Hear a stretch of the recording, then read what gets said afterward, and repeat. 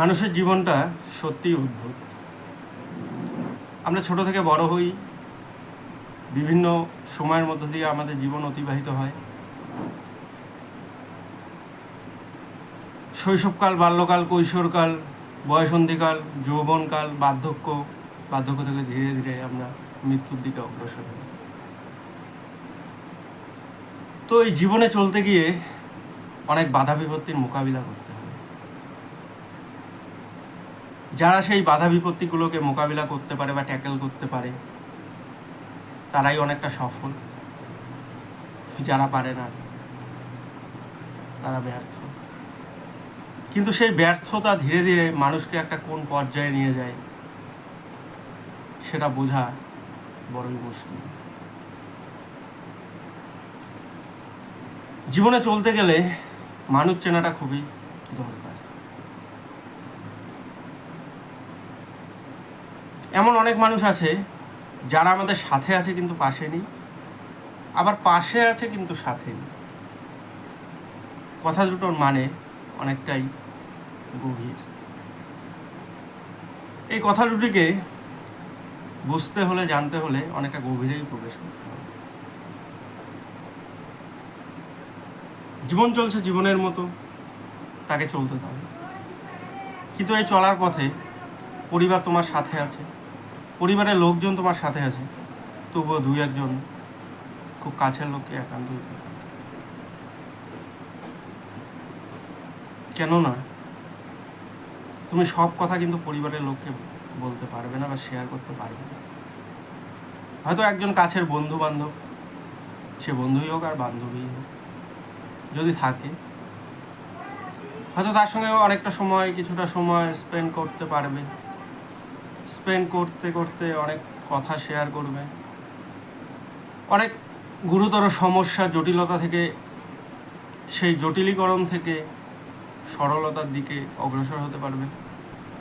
তার জন্য দুই একজন দরকার, তবে সেই দুই একজন খুবই বিশ্বস্ত হওয়া উচিত।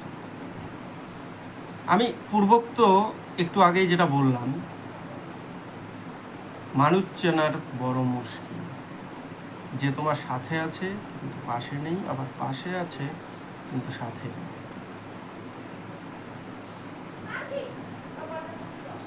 তো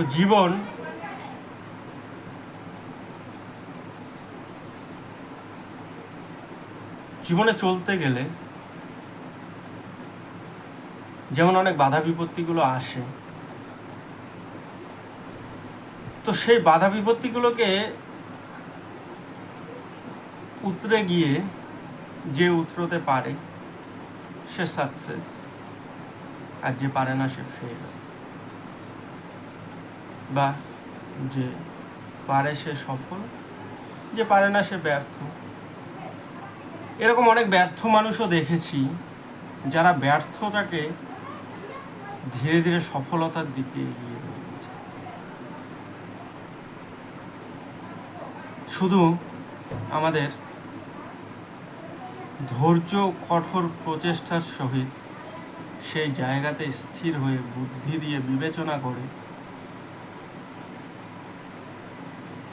সব বিষয়বস্তু পর্যালোচনা করা হচ্ছে। চালাক আর বুদ্ধিমান দুটো কথার মধ্যে কি পার্থক্য? হ্যাঁ, পার্থক্য আছে।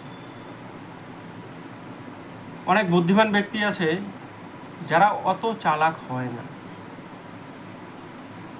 বুদ্ধি দিয়ে অনেক কাজ করে ঠিকই, কিন্তু হয়তোবা সে অত চালাক নয়। কিন্তু চালাক কারা? এই যুগে, এখনকার সময়ে দাঁড়িয়ে চালাকির মাধ্যমে অনেক কঠিন কাজকেও সহজ করা যায়। সেটা আমরা বাস্তবে লক্ষ্য করি এবং লক্ষ্য করলে বুঝতেও পারি। অ্যাকচুয়ালি এটা আমাদের প্রবলেম নয়, সমাজটাই এখন এরকম হয়েছে।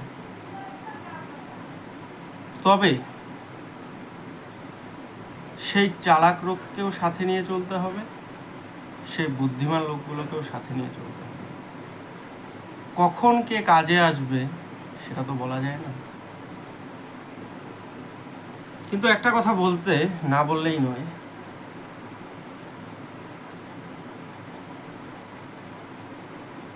সৎ লোকের কোনো এই সমাজে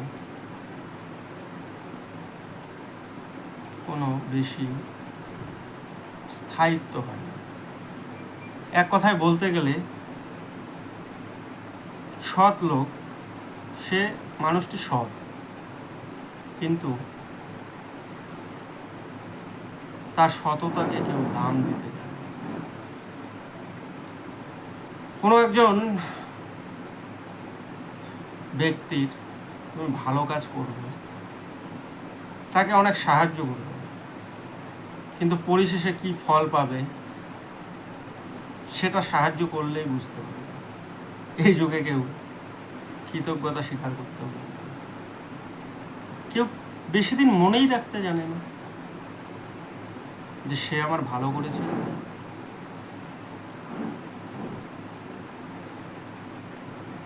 এখন সব স্বার্থ, স্বার্থ ছাড়া কিছু হয় না।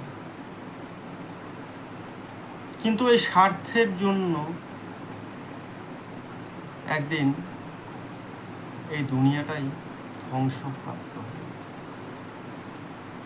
এই দুনিয়াটা ধ্বংস হয়ে যাবে কিছু স্বার্থবাদী মানুষদের জন্য।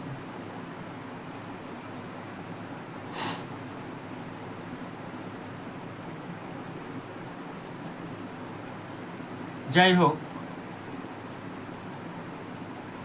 অনেক কথাই বললাম, হয়তোবা অনেকের খারাপ লাগতে পারে, তবু কথাগুলো বাস্তব। তিক্ত হলেও সেটা বাস্তব, সেটা আশা করি উপলব্ধি করলেই বোঝা যাবে।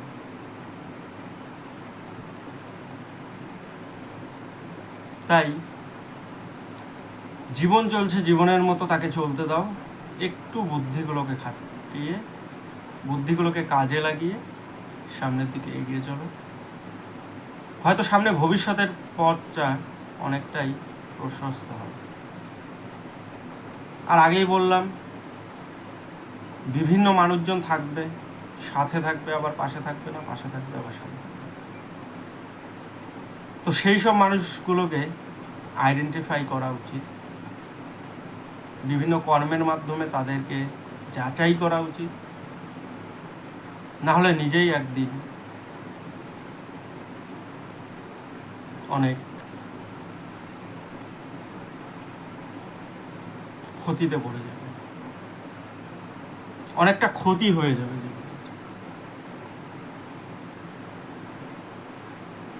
তবে কে পাশে ছিল বিপদের সময়, কে পাশে ছিল না, সেগুলো সব মনে রাখতে হবে।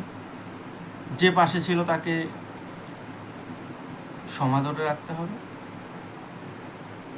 যে পাশে ছিল না তাকে দেখিয়ে দিতে হবে, তাকে উপযুক্ত কর্মের দ্বারা তাকে বুঝিয়ে দিতে হবে।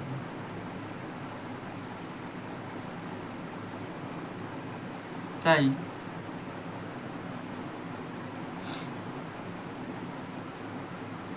বেশি কিছু আজ আর নয়, অনেকটাই হয়তো বা বলে ফেললাম। আমি কোনো ফিলোসফার বা দার্শনিক নই, আমার মনে দুই একটা কথা এসেছিল, তাই সেটা তোমাদের সামনে ব্যক্ত করলাম।